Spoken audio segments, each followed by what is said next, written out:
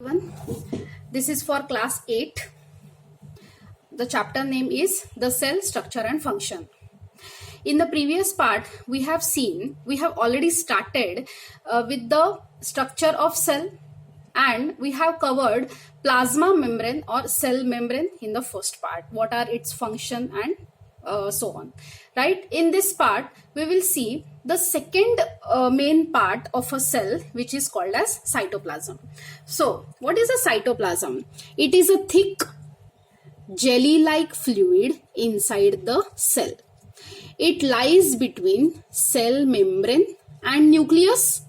It contains various cell organelles suspended, such as Golgi apparatus, endoplasmic reticulum, ribosomes, chloroplast, lysosomes, etc.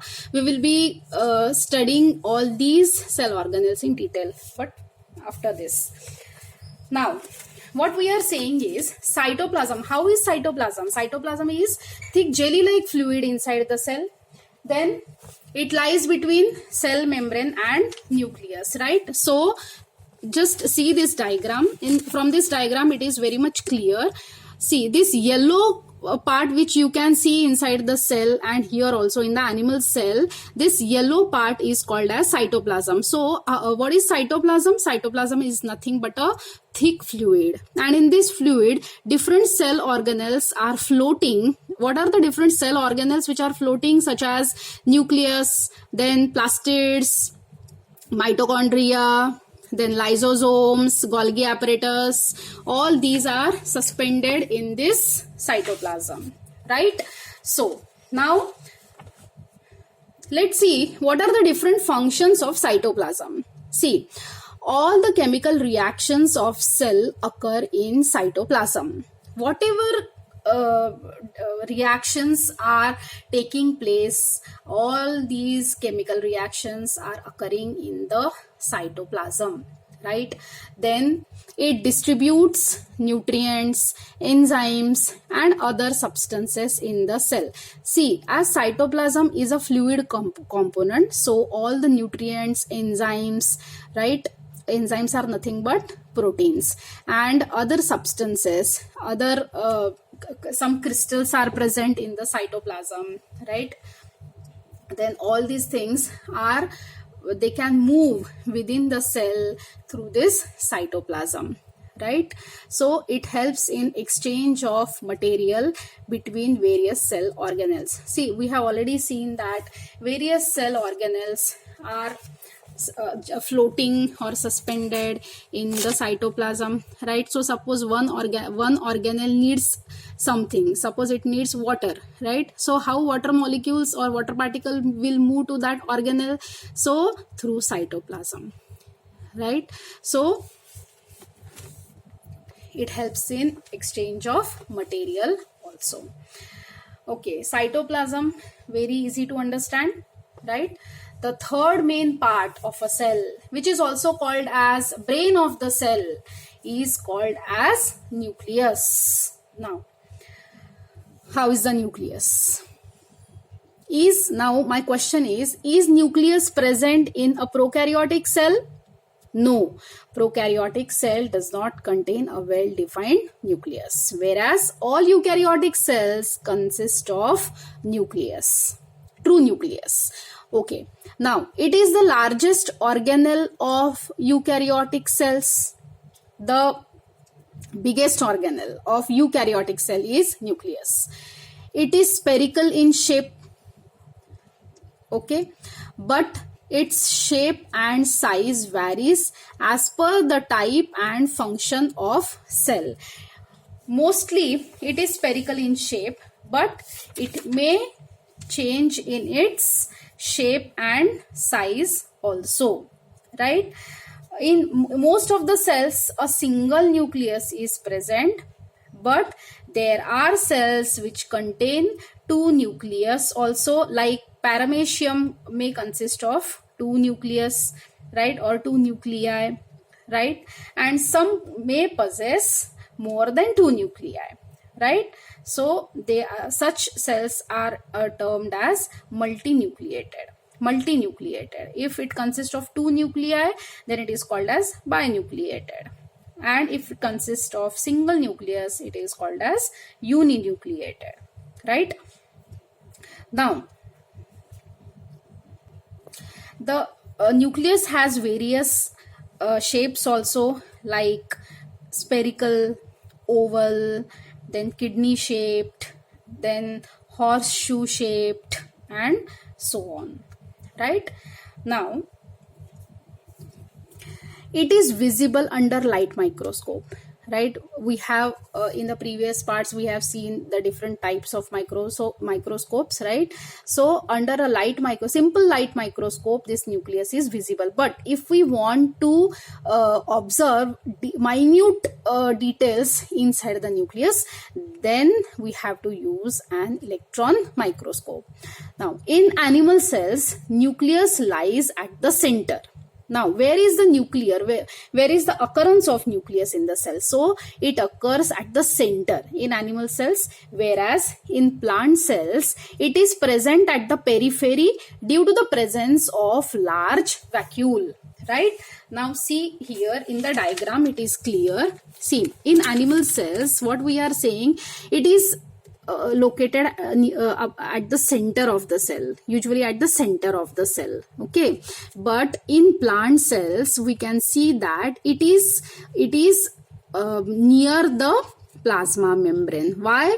Because most of the space in plant cells is occupied by a large vacuole, right? So nucleus is at the periphery. In plant cells, it is at the periphery. It is at the boundary. It is along the boundary, okay? It is not situated in the center. Whereas in animal cells, it is situated in the center of the cell.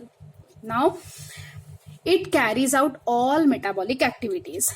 All metabolic activities means all the type of chemical reactions are taking place inside the nucleus. Nucleus decides everything for the cell. That is why it is also called as brain of the cell.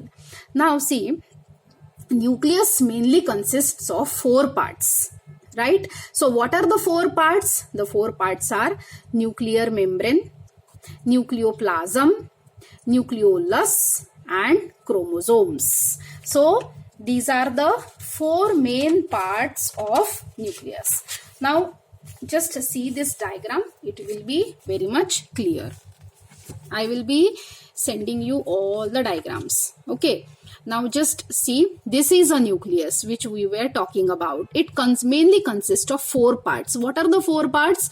This outer membrane, right? See, this is a double membrane, double layered membrane, outer membrane, outer nuclear membrane, and inner nuclear membrane. So this outer plus inner membrane is equal to the nuclear membrane of nucleus, right? Then it is also porous. This membrane is also porous.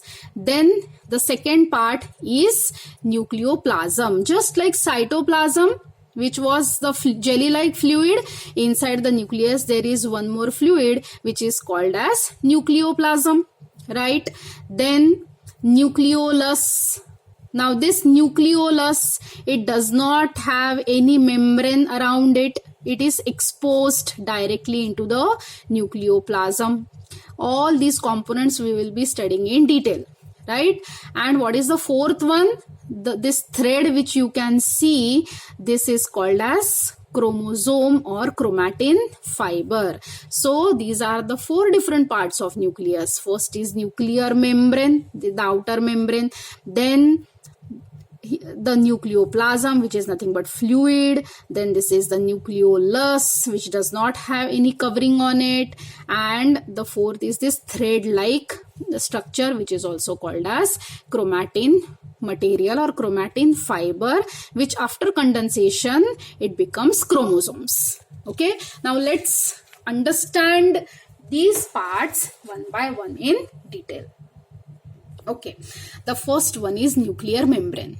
Now it consists of outer membrane and inner membrane. I have already told you, I have already shown you the nuclear membrane. It consists of just see over here.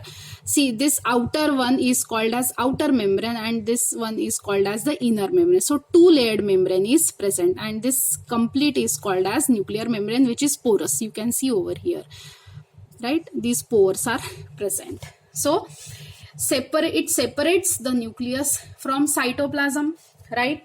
So how does this happen? See, now this nucleus, it separates how this this nucleoplasm, right, and cytoplasm, right? So it separates the nucleus. Because of this membrane, the nucleus divides, or it separates this cytoplasm from the nucleus, or the inner material of the nucleus. Then this nuclear membrane is porous. This I have already shown you. Then the outer membrane is connected with rough endoplasmic reticulum. Now just look over here again. See, this is nucleus and this is its outer membrane. So what is this attached to the outer membrane of nucleus? This is called as endoplasmic reticulum. This is for plant cell, rough endoplasmic reticulum, and for animal cell also. See, this is rough endoplasmic reticulum. Okay, so this is a nucleus, and the extended attachments, these are nothing but rough endoplasmic reticulum. Okay, now what is the function of nuclear membrane? It allows the movement of certain selected materials between the cytoplasm and the nucleus, right? So again, just like our plasma membrane, this nuclear membrane is also selectively permeable because it allows only selected materials to go in and out of the nucleus, right? Then nucleoplasm, that is the fluid material which we are talking about. It is a dense fluid present in the nucleus, right? What is its function? It is a suspension substance for chromatin fibers and nucleolus, right? So in this fluid, what is suspended? You can see from here, this chromatin fiber, ये ऐसे सांप जैसे दिख रहे हैं, right? So these are nothing but the chromatin fibers. Chromatin fibers और nucleolus, right? Nucleolus को differentiate करता है, right? और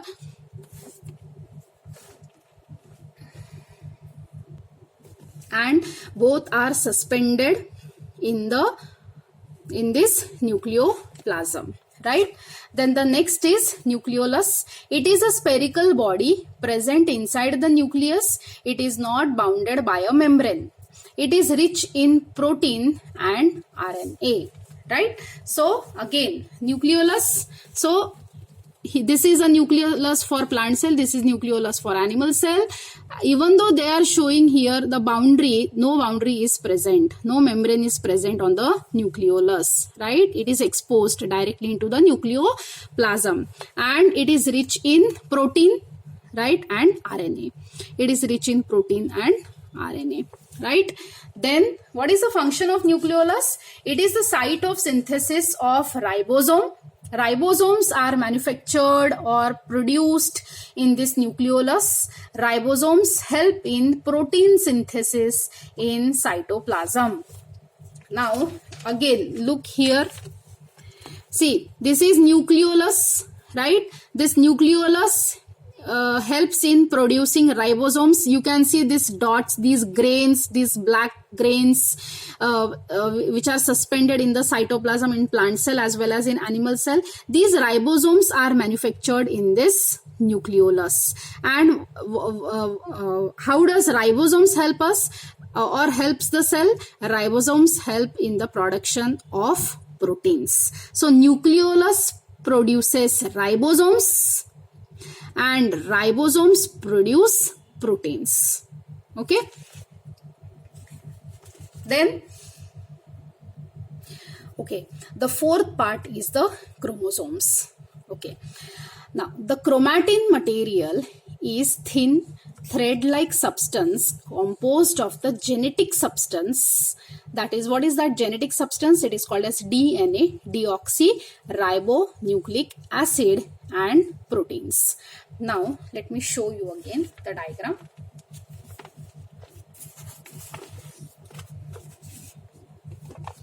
See, this thread-like structure, which you thin thread-like structure, which you can see, this is nothing but a chromatin material, right? And it consists of genes. And these genes consist of hereditary characteristics, right?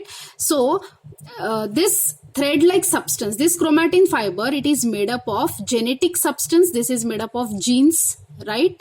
And that is called as DNA, deoxyribonucleic acid, and proteins. These genes are made up of DNA plus proteins, right? Now just see one more diagram. See here. Now what happens? Initially, just imagine this is the thread which we are talking about. This is the thread which we are talking about. Okay, that is chromatin material. This is the chromatin material, right?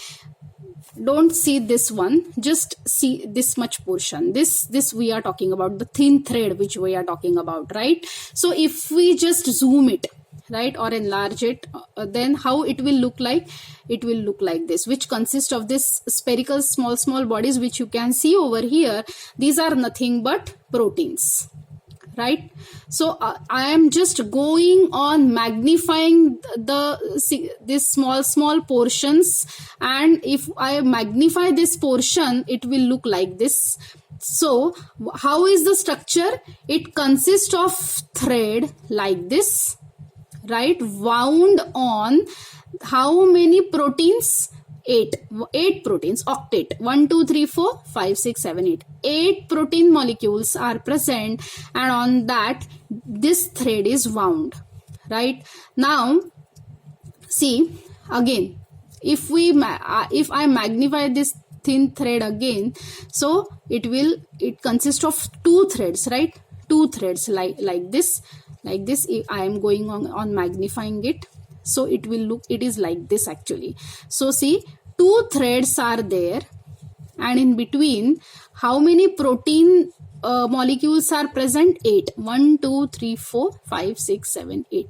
So this is looking like this is helical path, just like helix, right? So 2 threads. These threads are called as DNA, deoxyribonucleic acid, and 8 and proteins. How many proteins? Octet. That is 8 proteins in between. Okay. So what happens? This is just a rough idea for you to understand how it looks like. Okay. So during cell division, what happens? Chromatin fibers condense to form rod-like structure known as chromosomes. Initially, what happens when the cell is not yet matured? That time it is in the form of this fiber, this thread-like structure. But once the cell is matured enough to divide itself, during the cell division, what happens? This thread, this fiber, it condenses. Okay, it condenses to form this rod-like shape. Okay, and these rod-like structures are called as chromosomes. And what are these chromosomes? Chromosomes carry genes. See, this was the thread we were talking about. So each part, small parts, this single part is called as a gene, and these genes are responsible for passing genetic characteristics from the parents to the offspring. So whatever characteristics a child get from its parents, it is all because of these genes. These small parts of this DNA segments of DNA is nothing but genes. Okay, genes contain all the information necessary for functioning, growth, repair, reproduction of not only of cell but of whole organism. Genes contain all the information, okay, which is necessary for functioning of our body, then growth, repair work where it is to be done inside the body, then inside the cell, then reproduction. See, about reproduction we will be studying later. Okay, so in short, genes contain all the information, okay, which a cell has to do, and not just cell, the entire organism has to do. Okay. So again, if we magnify this chromatin fiber, it will look like this, which consists of two threads which forms helical path, helix, right? And in between protein molecules are present. So this complete is called as a DNA, deoxyribonucleic acid. Deoxyribonucleic acid. These threads are called as deoxyribonucleic acid, and these are the proteins. So deoxyribonucleic acid and proteins. Okay, so now the chromatin fiber is already condensed and it has formed these rod-like structures. Now what happens next? See, inside the nucleus of humans, okay, 23 pairs of chromosomes are present. So like this, first pair, second, third, like this 22, and this is the last pair, which is the 23rd pair. So if we just see the first pair, both the chromosomes are of the same size, second also same size, third up to 22 it is of same size, and each pair of chromosome consists of, it gives certain information, or it consists of certain characteristics, right? Only the 23rd pair is uneven in length. One is long and one is short. Why a pair is present? Because one chromosome or one is getting formed from the father, and the other is for the mother. Okay, so what is the function? It carries hereditary information of the cell in the form of genes, right? Short segments of DNA is nothing but the genes. And what does these genes carry? These carry hereditary information of father as well as mother. For example, a child receives one copy of each gene from the mother and another copy of same gene from the father. If a person has brown eyes, his son or daughter may also have brown eyes, right? So if this particular pair of chromosome is for eyes, then the child is getting one characteristic from father and the same equivalent characteristic from the mother. So whichever chromosome is dominating, the child will be getting the color of the eyes accordingly. If a woman has curly hair, her son or daughter may have curly hair, right? So this is how the characteristics pass on from one generation to another. Different combinations of genes from parents may result in different character, but it is not compulsory that the child will be getting the same characteristic. It depends upon the dominance of the chromosomes. Okay, so this is all about the nucleus. Thank you for now.